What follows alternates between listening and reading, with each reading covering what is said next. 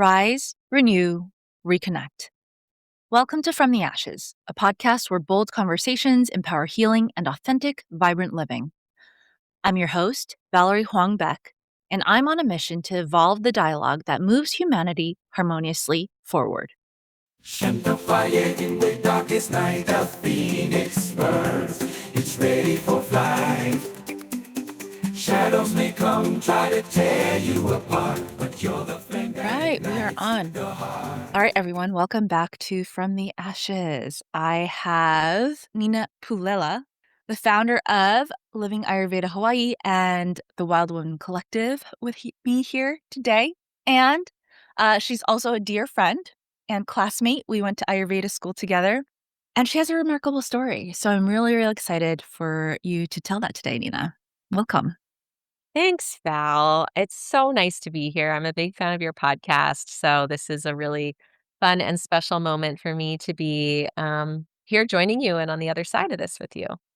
So we actually have been working alongside each other for a while now on our professional journeys, and I've gotten to know a lot about you. And as we go through the trenches of developing our businesses, our practices, we've uncovered a lot about our own personal journeys and how that influences who we are and what we do. And I did not mention just yet, but Nina's also the founder of Nina Cucina. So she is the owner of 2 businesses and is just a super powerhouse. But the story that I want to dig in today, that is going to have more of a from the ashes angle to it, is your journey of becoming this Ayurvedic practitioner. Because this is not something that we grew up with, right? It's not something that we were exposed to at an early age. So before we go even into the main story, what was your life like before you became practitioner? Yeah. Yeah. So I have 2 parents that immigrated to the US as kids. So I'm first generation American. And I think that makes growing up in the US a little bit different. My mom is from Scotland, and my dad is from very rural Italy. And my upbringing was very family oriented, and it was very much based around food. I grew up in a family restaurant, like total stereotypical Jersey Italian immigrant, family story. And so food, cooking from scratch, um, it was a huge part of my life, my family, and it made a massive impact on, I would say, my values and what feels really normal for me, eating fresh from scratch food is a part of my life. We didn't eat a lot of processed food. That was just like not allowed kind of in the house. It wasn't a part of what we did as a family. So I think that made things a little bit different because when I left the house, after high school and started meeting people, I moved to Hawaii um, after high school and went to college here. And I started meeting other people and realized, oh, that's not the case for a lot of people. And I started realizing that was something really unique for me. And it makes a lot of sense that I would end up back into food and nourishing people because it's something that it's almost like this speaking another language where you're not really taught it, you just know 2 languages. It was like that with food for me. It was like I was never taught how to cook, we just cooked. I was never taught um how to eat healthy. We just ate healthy. So it was very much something that was just second nature to me. So I would say that was a big part of how I grew up and how it shaped the person that I am now, and even what led me to Ayurveda and this kind of like from the ashes story. Yeah. So there was a foundation already built that was more maybe ancestral and innate. Well, actually, let's just go into your from the ashes story. And this is surrounding your friend, Christa, and how you helped her through disease. So I'll let you have the floor with that. Yeah. Yeah. So one of my best friends, she was diagnosed with stage 4 breast cancer. And she was, gosh, was she like 38, 39? I can't remember exactly. But young, really young. And oh my gosh, it's such a big story. But I essentially dropped everything I had going on. I was 33. I was still in my wild era, bartending, just bartending, surfing, traveling. That was my life. I would bartend, save up money, and just go travel on a shoestring and rinse and repeat. And it was so fun. I had a very fun life. And Christa got sick. And it's hard for me to put into words that it was almost like this out of body experience where there was something outside of me that was like, you need to stop everything that you're doing and be there for her. And it was all that I wanted to do as well. It wasn't like I was being told. It was just like, now I know with the language I have now is that it was my dharmic path opening and I was taking the first step. Mhm. Um, but at the time, all I knew I was doing was stopping all the fun stuff and the partying and just being there for her to take her to her doctor's appointments to help her figure out a plan because she knew she wanted to do like a mix of Chinese medicine, naturopathy, as well as oncology. So I was like learning the language of cancer in real time, her and I together, taking her to all of these various appointments and helping her make a plan, helping her figure out how to eat, what supplements to take. And it was a massive turning point in my life. I am very curious about the free spirit Nina Mm, as well, right? Like, we kinda go through these iterations in life where we shed skin and we let go of parts of ourselves. Um, the the free spirit Nina, like, did you feel like it was a shedding of skin? Or did you feel like it was more just, you were just gonna do something different? it was the shedding of skin, absolutely.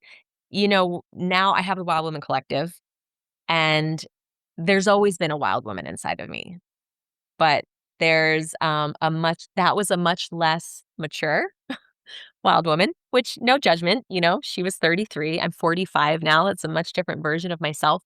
When we look at, like, the archetypes of the woman, that was, like, the maiden, she was young, she was naive, now I would say I'm more in like a sage wild woman. It's like this wild woman with much more intention, and doing a lot more good in the world rather than just a bit selfishly, you know, setting wildfires and and walking away and going, "Oh, whoops, did I burn that down?"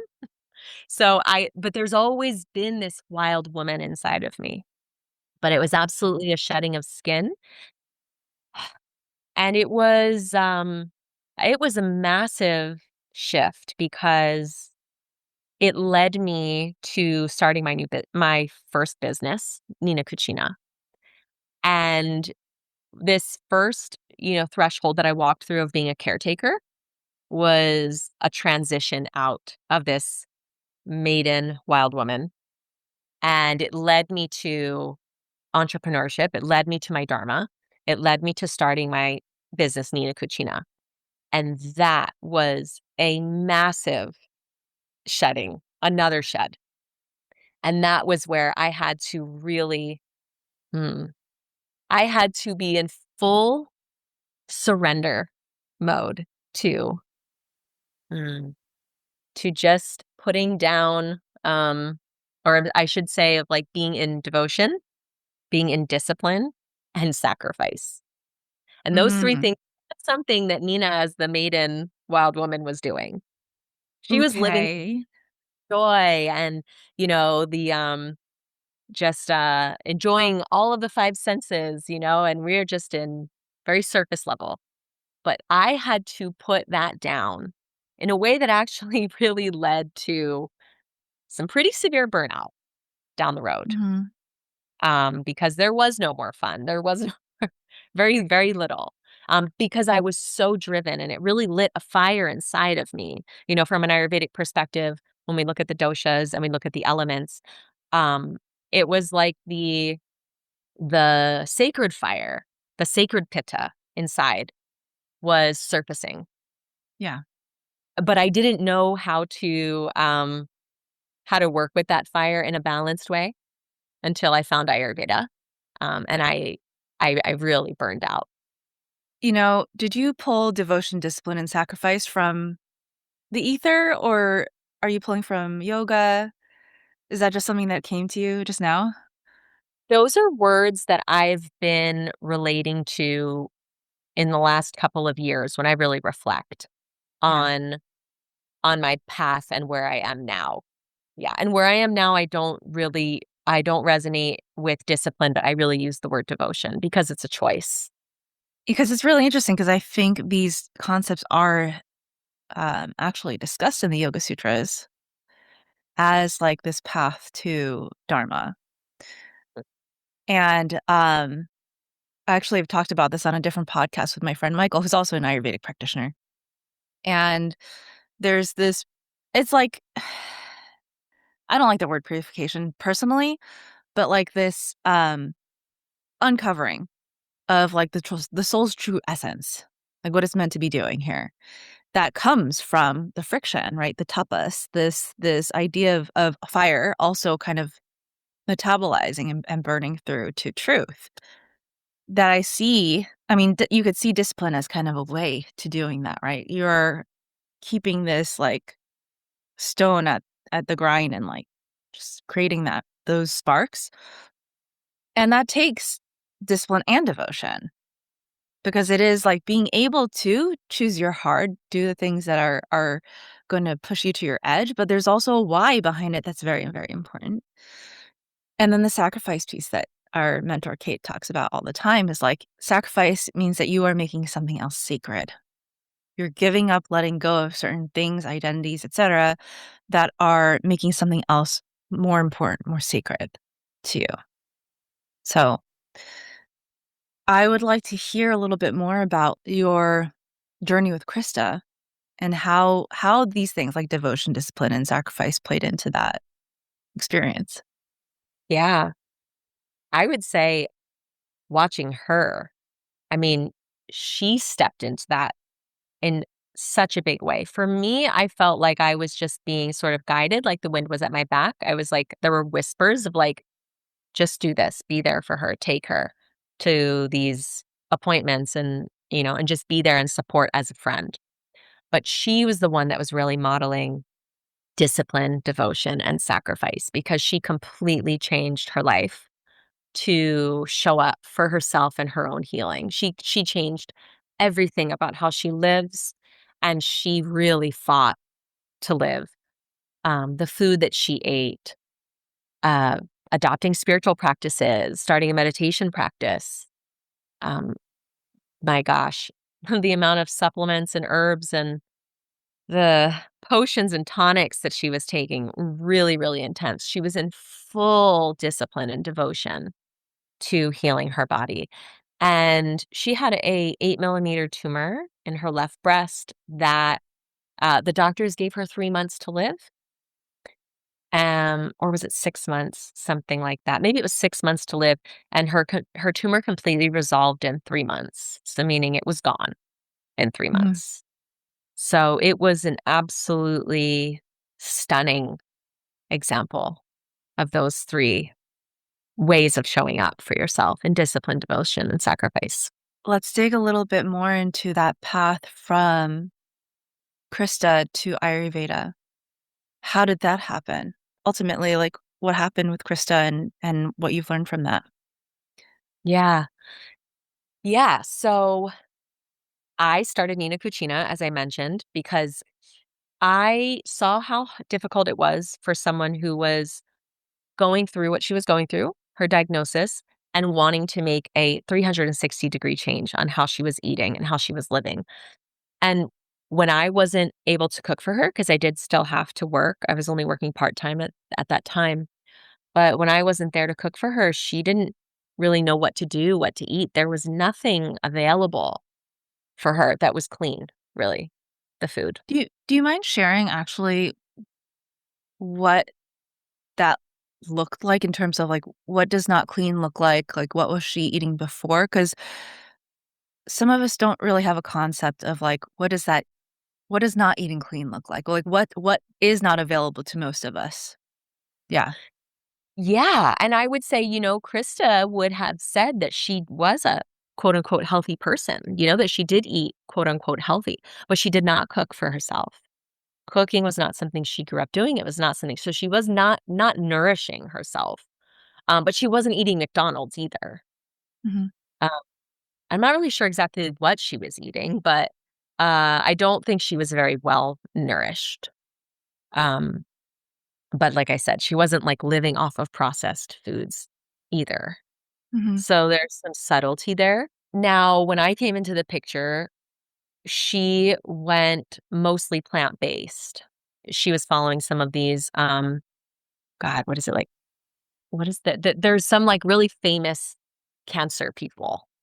I can't mhm, remember their names, but one's like Christy Beats Cancer or something. And a lot of these books were basically saying of like going plant-based. mhm, And so that's what she did. And that just wasn't available. Um, Not a lot of like whole foods that are made with just really clean ingredients, organic was really important for her, not having like pesticides. Um, so she could just eat as clean and have this like vessel that was as pure as possible that would be really strong to not only fight the cancer, but to also withstand chemotherapy and radiation mhm, so that she would recover quicker. We also discovered that sugar feeds cancer. That sugar is actually the food that cancer eats. So it's like removing all sugars, mhm, and that was a big discovery of like realizing how much hidden sugars there are in foods, especially if you're not the one that's doing the cooking. You don't actually really know what's in your food. Um, yeah, and then seed oils and things like that. So yeah, those were more of like the subtleties I would say that she was going into and realizing that things that look healthy on the surface actually have a lot of hidden ingredients. mm, yeah, okay. So, yeah, then to Ayurvedic practitioner. Mhm. Yeah, so I started Nina Cucina and I started cooking. I was like filling up this grab and go cooler at a local co-op because I wanted healthy fast food because these were things that Krista could eat. She didn't have to cook it for herself. So it was like Mhm, pre-made, but super clean. I was using like the protocol that Krista was using mhm, as my foundation of what I was creating, and then just making this available to people. So that was the motivation with Nina Cucina. And I did Nina Cucina for about a year and a half. I started doing farmers markets and it was growing and becoming more popular. And it was plant-based. It was a plant-based business. Um, And then I was like, this is great. I'm helping people eat some healthy meals, but what are they doing outside of, these few meals a week? So then I decided I would do a health coaching program. And in that health coaching program, I found Ayurveda. And after I completed the health coaching program, I was seeing clients for a bit. And then I decided, this is great. Bio individuality, not one thing is right for everyone. They were really pushing um, that framework. But then I'm like, yeah, but I want to know what is right for people.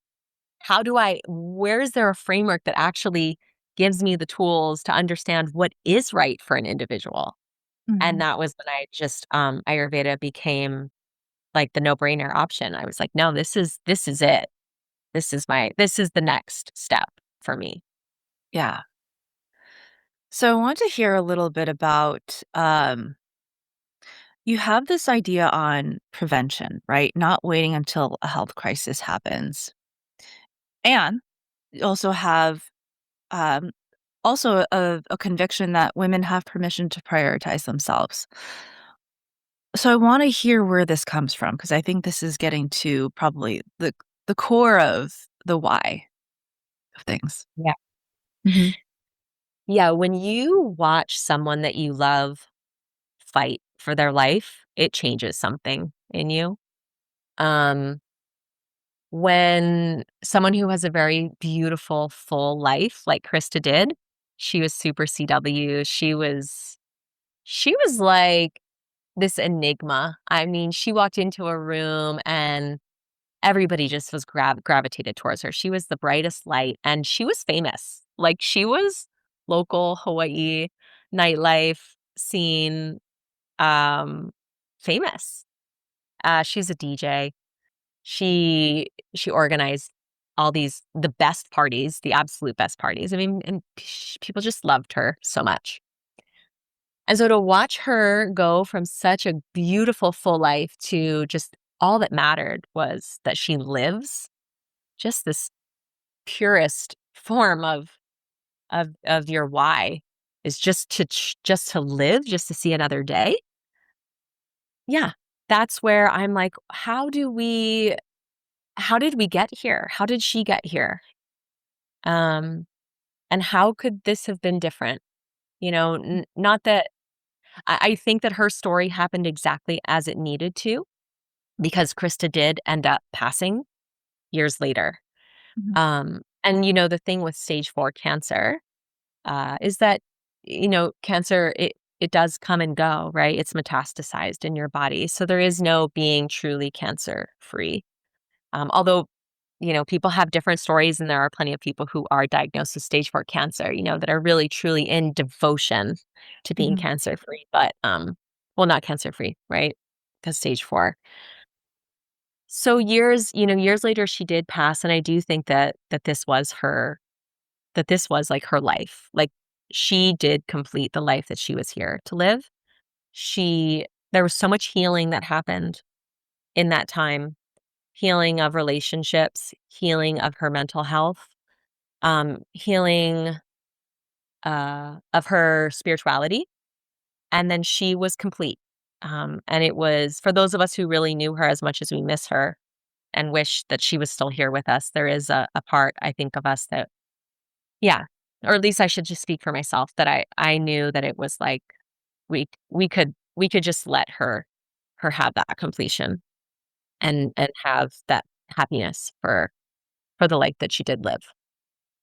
And at the same time, it really lit a fire under me for prevention, because for those of us who that is not our story, what are the small things and big things that we can do now as healthy, vibrant people to stay this way and to live a life, to live our full dharma out to its fullest capacity of what we're here to do? And not only to do it, but to do it with vibrancy and vitality and joy. Um, and that's really where my passion lies, is to help women um, live out their fullest purpose in their biggest, most radiant, boldest, wildest way. And you need a strong vessel to do that, a strong container. And that's where Ayurveda really shines. It really shines as getting to the root cause, creating balance now before there is imbalance. Um, yeah. So that's why for me, it made sense, and it is the framework that I really believe in. So I'm gonna dig a little bit into the weeds now, and maybe we can just have a little bit of an open dialogue. But I actually, when I was reading my notes saying like prevention, not waiting until a health crisis happens, and so Krista has a documentary about her journey, and it touches upon mental health as well, not in the depth that I would have liked it to, but it does mention it. And it does mention it in a way where, um, it was getting in the way of her actually wanting to be healthy at some point. Mm. I often talk about mental health, and I really think that mental health is so primary, not only because of my own experience, and this is the reason why I'm in Ayurveda is because of mental health, but because to me, mental health is often overlooked. When I see this, like, not waiting until a health crisis, sometimes I think the health crisis has happened before the one that we see. Like, the cancer is one that happened, after something else that has already happened, because we don't see the inner struggle. We don't see the inner struggle and how that actually alters the way that we, one thing about ourselves, treat ourselves, and then ultimately how that affects our behavior about how we even go about life. So, and sometimes when we don't feel good about ourselves, when we don't have self-esteem, when we don't feel worthy, it leads us to make decisions that reflect that belief. And those are not always in our highest good, right? We're not going to nourish ourselves in the same way. So, with that being said, where do you see mental health playing a role in prevention and self-nourishment? Well, I love it. You're bringing up like a core principle of Ayurveda, which is that everything that has manifested in the physical body begins in the energetic body, and begins in the mind body. Yeah. Yeah. So you're really naming something really big here, that cancer doesn't actually begin in the body, Mm, right? Yeah. I mean, that could be debated potentially, right? I mean, because that cancer is a very complex yeah. disease, right? But if we do if we do understand that everything that has manifested in the physical began in the energetic or in the mental body, right? We have the koshas in Ayurveda. Mhm. It really points to exactly this, what you're saying. Now, it's interesting because, I Krista was one of my best friends, and I did not know that she had depression. I had no idea until, I became her caretaker, and I was going to these appointments with her, and she really, started opening up to me. And, obviously, it was a vulnerable process. I was in a lot of, um, very private rooms with her. And, you know, I myself, I don't have experience with depression. Um, so this is something that I haven't really actually considered. So I would I would be really interested to hear your take as an Ayurvedic practitioner, and someone who comes to Ayurveda from, a mental health perspective. What is your take on Krista's experience? Yeah, and without knowing her full story, because I only know her story through a documentary that can spin things in different ways, right? And so I'm gonna speak from a more general perspective than rather her specific story. But there's a pattern of self-abandonment that happens not only with cancer patients. I think cancer patients are an extreme example, but you can see it a lot of the time.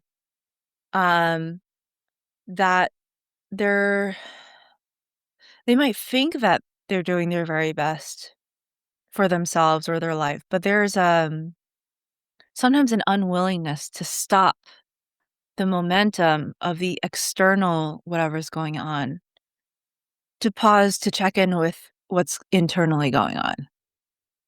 And why I, really like, I emphasize to my clients so much is that they have to show up for themselves every day, every moment. You should be your own priority. Every moment. So even if I coach in a group, you're not showing up for other members. That doesn't work.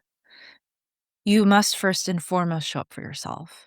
There's a fundamental way of being, um, that's rooted in, life when you can operate from that point, when you can operate from that perspective. When it's all about making other people happy or this, like, external validation, success, even when it comes from a really good place, right? Because a lot of people, they're working hard for their family or their community, making other people priority, seeing other people smile. Sometimes there's this, I hate to say it this way, but I've heard enough stories that I know that this is true for people, for some people, is that they don't see it possible for themselves. So they're giving it to other people, or they don't think that they're worthy of it. So they're doing everything that they can for other people, and that will help them feel better. Um, and that can help to a point until that pattern, because it's so ingrained, it helps you ignore sometimes that you're starving in a certain way, or that, like, you have a need that's not met, right? We have very basic needs, and in Ayurveda, like, those needs have to be met in order to be healthy. So my interpretation of these 3 pillars is the food aspect is what you're intaking, like how you're nourishing yourself. It doesn't have to be real food. It can be also, um, like, what you're taking in through your senses, what you're listening to, all of the stuff, right? All of that is nourishment. Then there's the sleep aspect, which I can expand upon to become like rest, the restoration of your body. How much are you willing to give yourself restoration? And what restoration offers to you is resilience, like a stable foundation, right? This is also a part of keeping your nervous system stable so that your entire system is stable. And then the last part, the brahmacharya part, that sometimes I think gets a little bit misinterpreted, is relationship. And it's not just relationship with other people, but it's relationship with yourself, and it's a relationship with your environment. It doesn't have to be human. Um, you must be solid in all 3 areas in order to maintain this foundation of health. So in patients who have very, like, chronic disease, a lot of the times I know it's because they're neglecting probably all 3. Food is the most obvious sometimes, actually, that you can go and it's actually the most tangible and easy to address, because you can go plant-based and there is research in all of these things. But when it comes to self-esteem and mental health, it's not so well thought out. So it's like, well, why be mentally healthy except to just reach the bare minimum function level? But there's so much more than that actually with mental health, because it determines your behavior. So how you feel about yourself determines how much rest you're going to give yourself. How you feel about yourself is going to influence how you interact with others, how much you give to others, how much you give to yourself. And over time that compounds, and like the effect of what you believe about yourself is exponential and omnipresent. So, is it exclusive to cancer? No. Cancer is just one way that this, can manifest. And again, it's not our fault, but it's like we do need to love ourselves. We do need to have that desire to live. But for some reason, sometimes as people, as human beings, we actually lose the instinct. So, yeah, I've said a lot. So I'd like to hear what you heard in that. Yeah, the self-abandonment piece, I think that really, really, nails it for where Christa was. And it's interesting too because I even see that, though, with clients of mine who are mothers, right? If we, like, zoom out of just the mental health, Yeah. piece, but, it's like this self-abandonment, um, from another perspective of just not prioritizing ourselves. So the root can be different, right? Whether it's mental health or whether it's, motherhood or just that I would say culture maybe doesn't give us permission to Mm. prioritize ourselves because Mhm. um we live in a culture where we are rewarded for, we do things for others, be selfless, um yeah, prioritizing yourself or investing in yourself is, maybe it's something that we don't really see a lot of people modeling.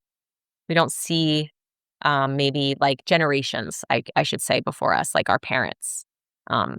It's something that is newer, I would say, in our generation as we continue to evolve as a species.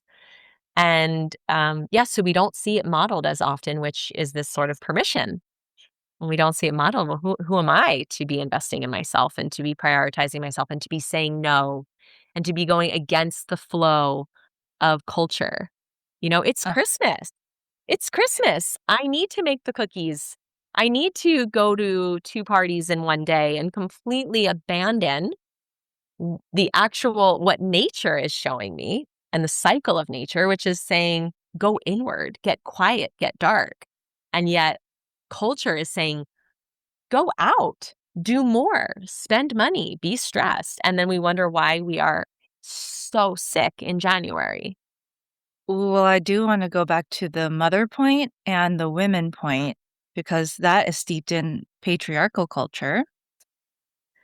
Because if we look at Ayurveda and, prenatal care and postnatal care, and if we look at Chinese medicine, pre and postnatal care, the mother is highly, highly protected and nourished during those times. Highly. You know, in your own, like, pretty much, like, palace of nourishment, like, you have nurses and you have y you know, there are traditional recipes that support, like, a mother to recover after childbirth, and there's all these special practices, massages, and body treatments and things that are just expected for a person to have after they've given birth, right? In an ideal situation, yes, but, right, like, there's an understanding that this is required. That in our modern society, we have a limited amount of maternal leave and, like, and especially in America, like, dads aren't given much time at all either, so that's also built into the system. And then, I mean, we also have this like, a expectation that we're not only just gonna be great mothers, but we're gonna be great career women, and we gotta do it all at the same time. I think that we forget we're human and that more doesn't always equal better either. There has to be there's a good time for everything. Um, and ignoring that, like, it works to the detriment of women's health for sure. Because we have this warped view sometimes of what we have to do, what we should do, and what we're supposed to do. Yeah, and just because we can do it all doesn't mean that we should or that we have Mhm. to. Yeah, Yeah, and that's kind of the story that we're being told right now. yeah. So you did say also this, like, women have permission to prioritize themselves. What do you see as being the barriers to that based on, like, how you've worked with clients? That they're not seeing other people given permission, right? Like, they're Mhm, they're not seeing it modeled. I think, um, when we're not in communities where people are having conversations about what is, like, the next what is, like, living a life beyond our wildest dreams and allowing each other to dream big and to think big and not have to play small, and worry about, mm, maybe offending someone or when you're in conversations with people who just wanna complain mhm, or right? It's like where, well, when I'm with, my group of friends, we kind of just talk about the things that aren't going well. And that's how we do this as women because we're vulnerable. And so when someone else is going through something, we say, "Okay, well, I'm gonna show you that things aren't great for me either. Let's, sort of be vulnerable together." And then it creates relationships and circles and patterns where we're just kind of sharing how things are hard and how I don't have time and I can't sleep and, "Oh, geez, you only slept 5 hours, well, I only slept 4 hours." And, we're kind of living in maybe a culture or our friendship group where it doesn't feel it wouldn't feel right to just celebrate and to share what is working mm, because maybe something's, like, really not great for someone and you don't want to be boasting or yeah, making them feel worse about where it is that they are. So I think, lacking spaces and communities where able to think big and we're encouraging each other and we're celebrating, because that's where I've gotten the permission, is by Mm, being in community, and mentorship and coaching. Yeah. So it's almost something that we have to like create, yeah. and maybe we're the leaders, maybe we're the ones creating it, or maybe we are seeking people out Yeah. to Oh, like okay. behavior. It's like we're reprogramming our mind. And then we become the people in the conversation where we're leading. Like, no, we're going to shift this dynamic. We're going to talk about what is working, or what a life beyond our wildest dreams looks like, and how do we get there? Okay. So I got a couple of angles that I want to take this on. I'm going to just throw out a bunch of questions at you. You could choose which direction to go first. I want you to talk about the Wild Woman Collective and how, because as much as we've talked about Ayurveda today, what you're doing with the Wild Woman Collective, I think, expands beyond that. And for good reason, right? Many of which you've already talked about today. But what is the Wild Woman Collective? And how do you see that being the evolution of what you're able to provide for people?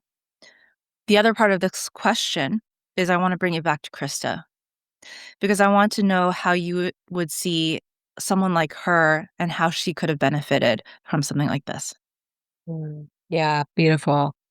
Okay. So I'll start with, what is the Wild Woman Collective? So Wild Woman Collective it's a 1-year membership. It's a 1-year journey that women go on with me. They commit to. It's a 1 year of learning how to live Ayurveda, right? My company is Living Ayurveda, because Ayurveda is something that is not just learned. It's something that needs to be applied, and it needs to go through seasons and shifts, and um we kind of fall off and we get back on, and things strengthen, habits become non-negotiable. Um, we're not doing everything all at once and expecting to be perfect, because perfection does not exist and is not real and is not fun at all. So we're not trying to do things perfectly, but we do need time to integrate. So I have moved from the one-on-one, like exclusively one-on-one model, into a business model essentially that is community based. And it has proven to be part of the life beyond my wildest dreams, because we have so much fun together in community. Women are supporting each other. It's not just this practitioner, client, or patient model. It's like it's a living container where women are inspired by each other, watching each other make a change or a shift or get through a block. And then it inspires others to do it. It gives other people permission, other mothers watching another mother choose themselves and how they're doing it without abandoning their family, without abandoning their child. Mhm. And I'm taking people on this 1-year long journey through the seasons, because Ayurveda is very much connected to nature, and we are nature. And it's a remembering of that, of like, well, what does that mean? How do I live aligned with nature? How do I live in sync with nature?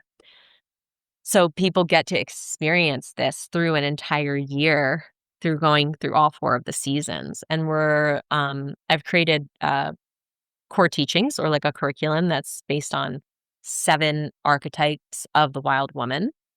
And we get together at each of the season changes and we make herbal medicine together. Because a big part of what I am doing is helping women to reconnect with the natural world. And so we do that through the herbs and through the earth and through the subtle, energetic body as well. Connecting to the spirit of the plants and the spirit of the land, and honoring our ancestors, and building altars, and doing this really beautiful like earth work as well. And then we have the physical body, the food, and our habits, which are so foundational. That's like what strengthens that vessel, the chalice that we are as women. And it's like we can't hold more. We can't hold our dharma if that is not in integrity. So it's this really beautiful journey. And of course we do like seasonal cleansing as well, which is really important because we're shedding. We're shedding layers of ourselves, versions of ourselves, and then being really intentional, and speaking into the group, into reality of like, what is the next thing that we are calling in this next stage of our own level evolution, the woman that we are becoming. And so it's a lot. It's big work, but it's really fun. And we're actually doing a camping trip this weekend, our annual Wild Collective camping trip. And so it's just been really truly like beyond my wildest dreams that I get to hold this container.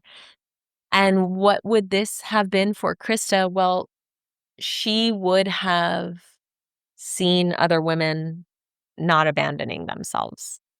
And she would have learned self-love before she was forced. I shouldn't say forced, but, before the diagnosis. Because after the diagnosis, she learned self-love. And that was Mm. that was a part of her healing process and why I felt a lot of peace in her story because I watched her. I watched her come back to herself. I watched her, she hadn't spoken to her father in decades and they got to reunite. He came out here to Hawaii and there was so much beautiful healing in that and in the end she did love herself. And I would have loved to have seen that happen, before the sickness, but I think watching other women choose themselves, it really comes back to that permission piece, having the permission to prioritize yourself. Yeah, that's really beautiful. And I want to leave it at that today because it's funny.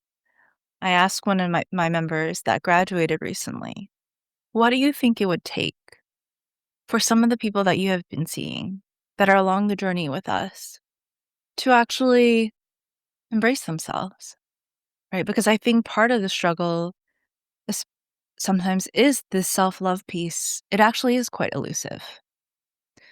So, you know what he said is like, I think they need to suffer more. So I want, and he said this with a lot of love.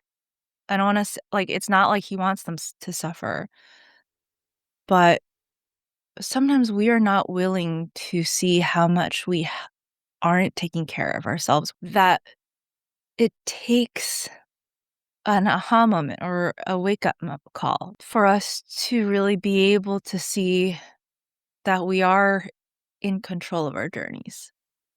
Like we are able to an extent, this self love piece is so essential. And yet sometimes it's just so hard to grasp. So that's a thinking point.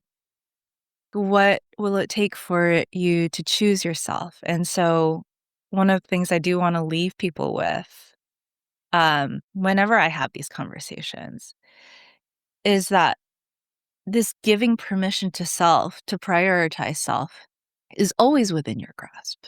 It's always within your capability to say yes or no. But it doesn't mean it's easy. So thank you, Nina, for sharing that. I think there's just so much to think about in all of this. We touched upon some things that like are big statements, right? Like mental health having a role in disease and like the health crisis before the health crisis.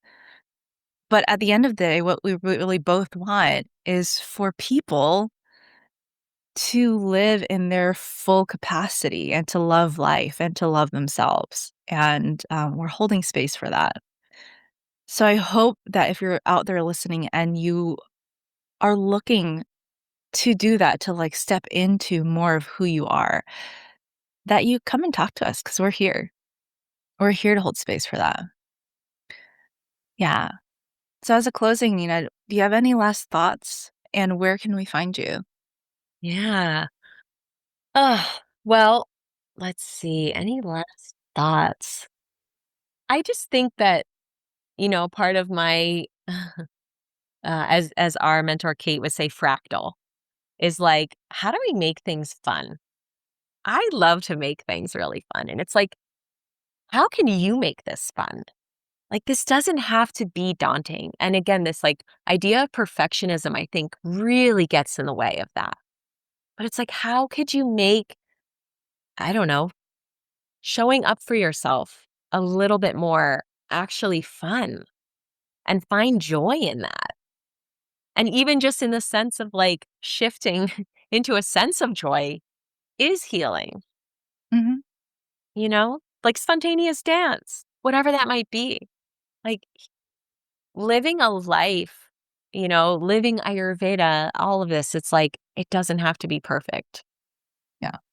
Yeah. And I think that that's something that people are, when they're in my community, they're a bit surprised to hear me say because they think I attract a lot of pittas. So these are people who have perfectionist tendency. It's like fire sees fire. Fire's drawn to fire. And it's something that I say over and over and over again. And I can see people first kind of a little bit surprised, and then they just relax, like, oh, I don't have to be perfect. No, that's so boring, right? So that's what I would just leave with people to think about in their life. Mm. And then, how do you find me? Well, I am Living Ayurveda Hawaii on Instagram, and my website is livingayurvedahawaii.com. Yeah, and I've been showing up a bit more on social media, so you can find me there.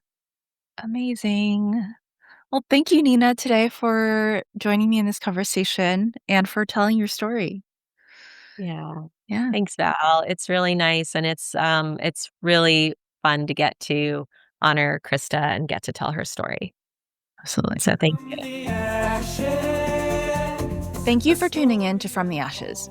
If what we talked about today resonates, if it feels on point with something you've been ruminating on by yourself, that's exactly why I'm here. From the Ashes exists for people who are tired of pretending life is fine and are ready to explore what it takes to truly embrace the road to who they really are. Every conversation is an honest, unfiltered account of someone's real life and the path they're walking toward a life they actually align with. If you want to explore this further for yourself, come join me in my Vibrant Visionary newsletter. It's a bi-weekly letter filled with the reflections, podcast updates, and what I'm contemplating between episodes. You can find the link in the show notes below. Thank you so much, and I'll see you next time.